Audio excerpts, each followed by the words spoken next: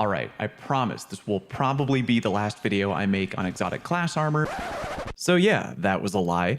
Liar! A lot of people have been coming into Twitch chat lately asking what my thoughts are on the exotic class armor situation, so fine, let's talk about it, and of course, have a really big argument where nothing gets solved, as is tradition. In a nutshell, here's what we're looking at, summarized as quickly as possible. Maggie, could you go ahead and give me a timer, please? Thank you.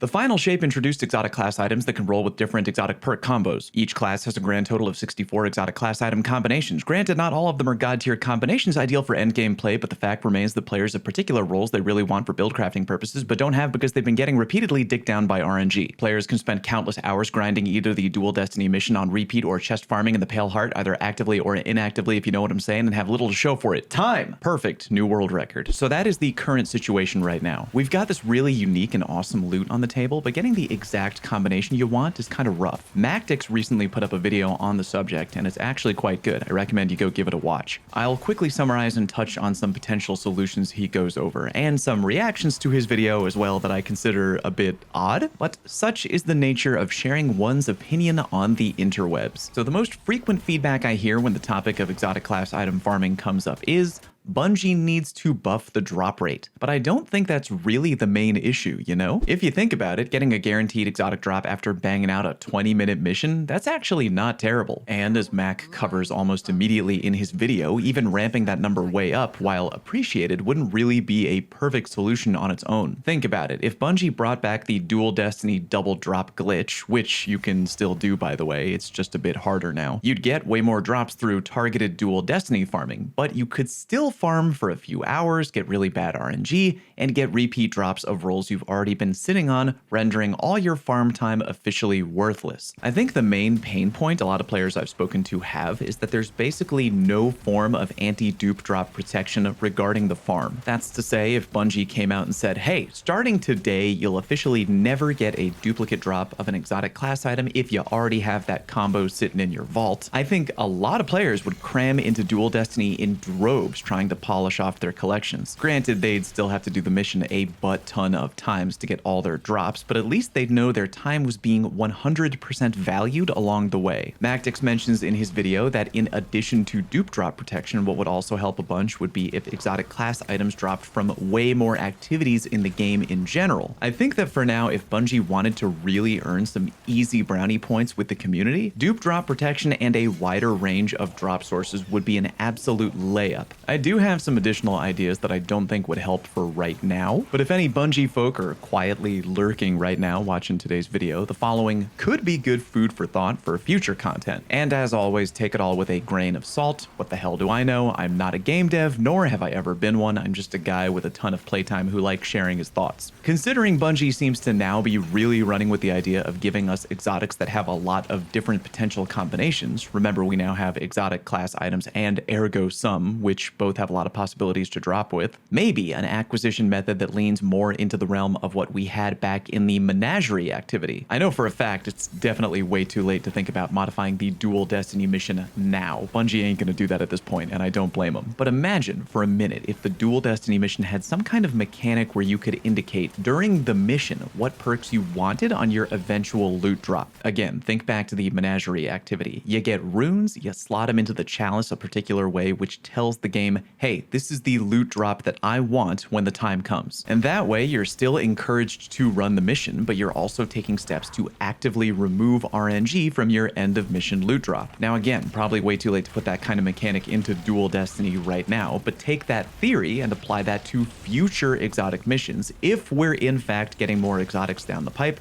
that have different role combinations the way ergo sum and exotic class items do. If we want to go a little further down the path of anti-dupe protection, I've always been a fan of Bungie's use of completing triumphs to push the needle towards more favorable loot drops. For example, if you complete certain triumphs tied to the Salvation's Edge raid, you literally improve your chances at getting the Euphony to drop, aka the raid exotic linear fusion rifle. Again, if Bungie wants to keep dabbling in exotics that can have random combinations, why not tie certain triumphs to reduce the number of duplicate drops. Just to throw numbers out there, what if there were 4 triumphs total and each one gave 25%, and if you completed all 4, then you get a 100% guarantee that all future drops of that exotic will not be a duplicate roll of the one you already have. Don't take that as a guaranteed solution, just spitballing ideas out here. And on that note, I want to touch very quickly on the topic of players and content creators giving feedback in general. Shouldn't be surprising, but some people really start wilding when feedback gets thrown around out here, and I genuinely do not understand that mentality. I feel as though as long as Mac or Dado or Cross or literally whoever is giving their own personal feedback on a particular problem in the game, as long as they're not presenting their ideas along the lines of,